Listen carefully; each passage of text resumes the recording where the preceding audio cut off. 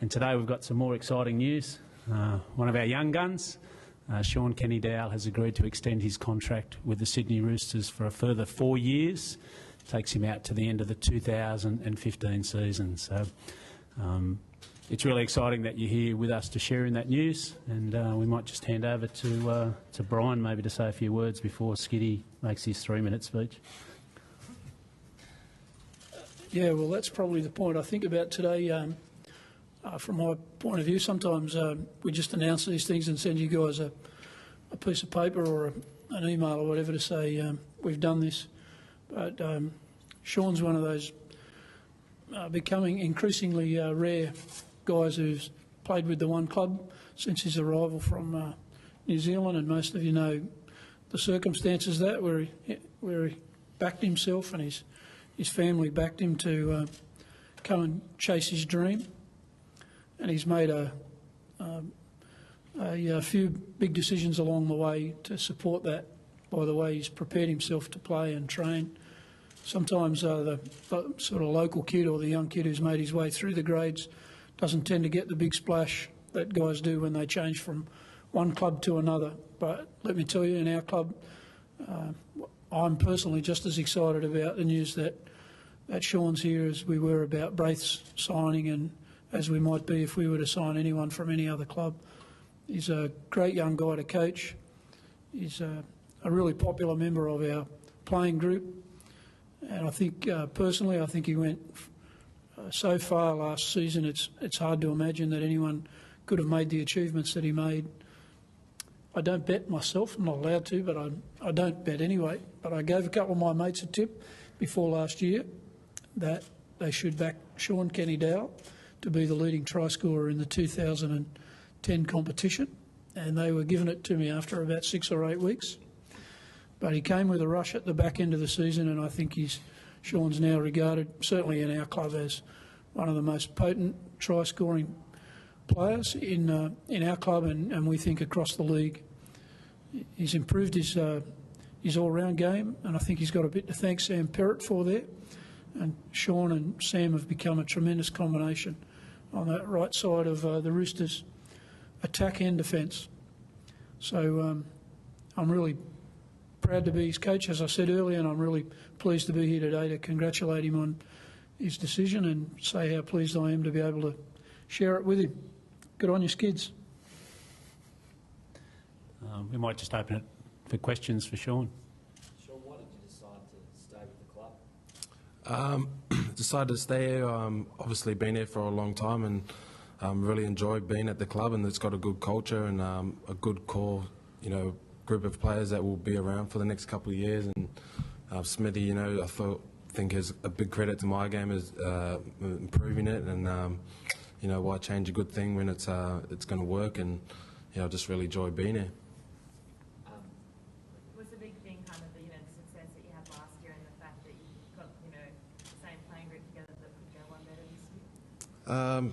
Yeah, I think so. Like I said, we have got a good playing group, and that chance to just keep on improving together as a team, and that kind of excites me. Yeah. Did you have a lot of options, Shaun? Were there other offers on the table? Yeah. I think when you go into that time of year, you have to keep your options open. But I love this club, and I wouldn't want to be anywhere else. How do you feel about being up against Greg and Lewis tomorrow night? Yeah, I'm excited about the challenge. It's going to be hard work, and I'm really looking forward to testing myself. Brian, can I just ask you one on that? Obviously, Shaun's going up against one of the premier centres ever to have played the game. How does Shaun rate up against a guy like Greg Inglis, and can you see him becoming one of the elite centres in the competition? Yeah, I don't think you have you played him? Maybe you haven't marked up on him. Greg wasn't playing for Melbourne when we played them last year. That would have been an early doors sort of shot for Shaun, because whilst he played a fair bit of centre as a young fella, it's really last year's the only time he's really played much there in the NRL. Am I right there? Yeah. So sort of a bit of untrodden ground there for Shaun, but maybe a bit for Greg as well. They're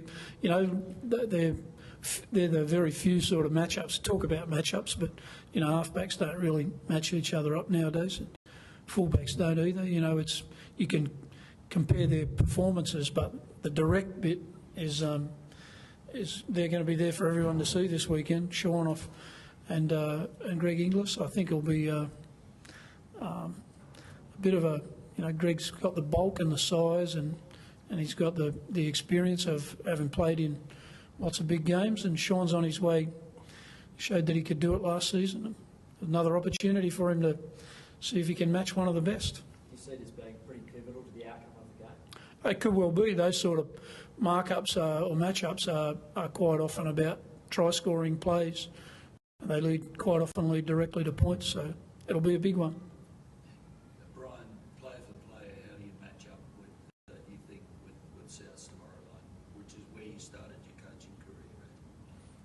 Yeah, well, the Rabbits are a bit different to those days now. I think the match-up between the forwards last year was kind of important for us. In the very first game of the year, we wanted to.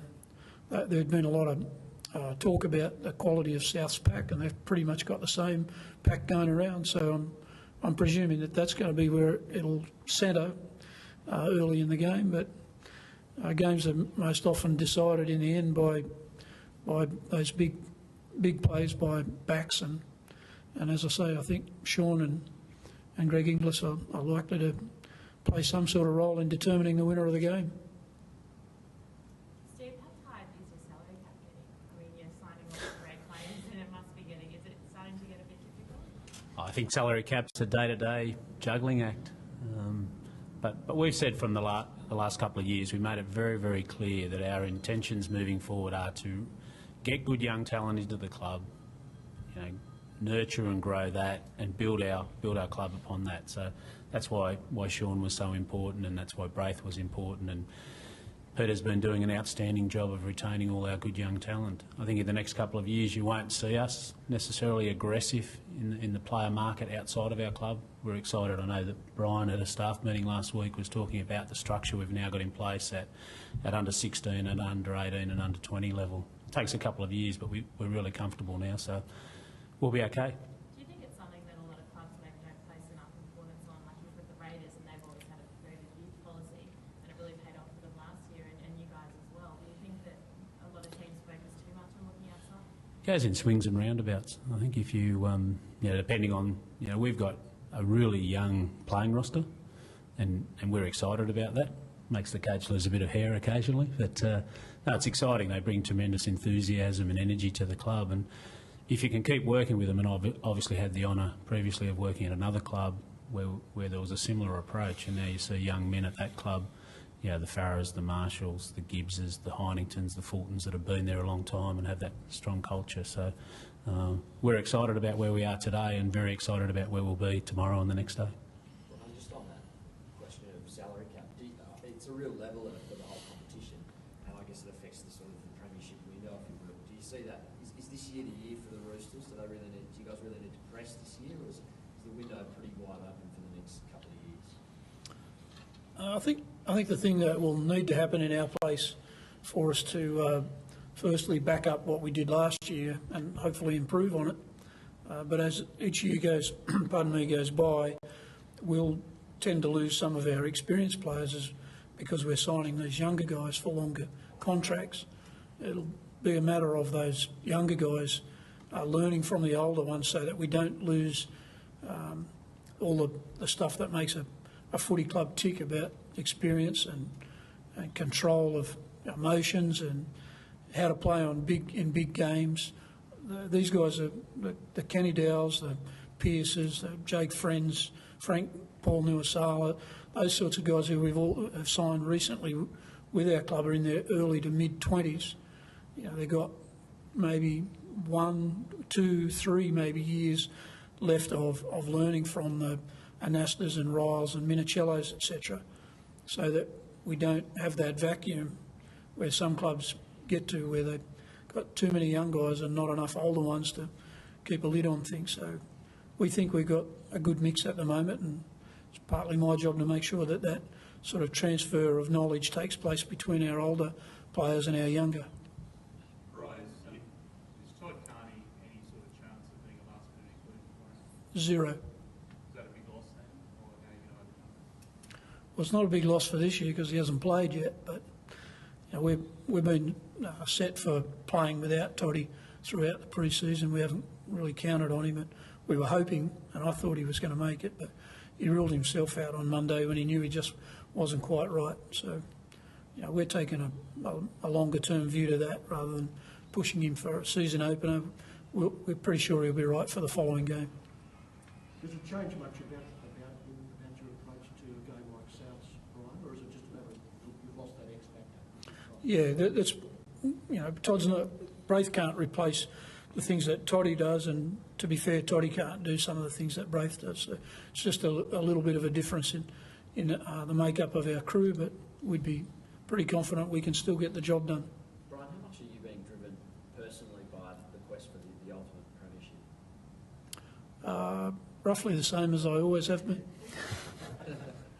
What lessons did you learn from last year's loss, Brian? Not too much about the actual game itself, but I think we learned a lot as the season went on, which we started to put into place. The big thing for me this season is about us being more consistent and trying to be better at the start of the season. It takes a bit of pressure off, so you're not playing under that pressure of having to make the playoff series at the last minute, not trying to have to push to get into the top four. That sort of stuff is always the best way to go into a playoff series. You can manage your players with small injuries a little easier, a little better, takes a bit of pressure off. Hopefully that'll pay off on the last day of the season if we're good enough to get there again. Steve, Brian mentioned the younger guys lining off guys like Mitchell and Roll. Where are you at in terms of talking to them about extending their status? Mini signed his contract late last year, and Rolsey, there's an option for next year. So I think the exciting thing with the older guys, it's different when you're younger for all of us. As you get older, one thing I know that Minnie and Rolsey have enormous trust and faith in Brian, and so they have good dialogue with Smithy on a day-to-day, sometimes hour-to-hour basis. So that's really not an issue in our club. There's good confidence and faith amongst the leadership group and the head coach, which I'm really excited about. Right, just one on Greg Inglis. You've obviously been around a long time. How does he rate amongst the players you've seen during your tenure? Oh, he's amongst the best ever strike players, I think, that I've ever seen. When he was younger, I wasn't sure what was going to turn out to be his best position, but I should have taken a leaf out of my own book and don't worry about what position he plays. Just quality like that will find a way to expose itself. He's made left centre his best position, I guess, nowadays, but he's just a quality player. So you don't buy the suggestion that he's pretty well underdone and a bit overweight at the moment? To be honest, I don't really know. Some of those photographs that have been displayed are not particularly attractive, but I've been known to come up not so good on some of those photos myself. So it's amazing as it might be. Noyce, just ask about promoting the game. Did you invite the Rabbitohs or someone from the Rabbitohs to be here today? It's round one. It's been anything but the footy in the papers, etc. in the build-up to the season. We talked about it on the way in. I mean, should the Rabbitohs have been here today with a presence to promote the opening game of the season? I think today was about Shaun, and I don't think we want to take away from that. It's probably been difficult this week with everything else that's been happening. But I think certainly on behalf of Bettina and I, there's 26 rounds and the Roosters will be available for 26 rounds to promote our great game. So, we're really strong about that. I think we made our stance last year as a club. Brian continually went out of his way. So it doesn't matter to us if it's home or away, because I think the stronger the comp, the better for everyone. Just outside of today, should the Rabbitohs be doing a little bit more to promote the first game of the season? Oh, you should ask Shane Richardson, I guess. Shaun, just one quickly. I understand you've got a pretty old Commodore. Just wondering if your new contract will be upgraded.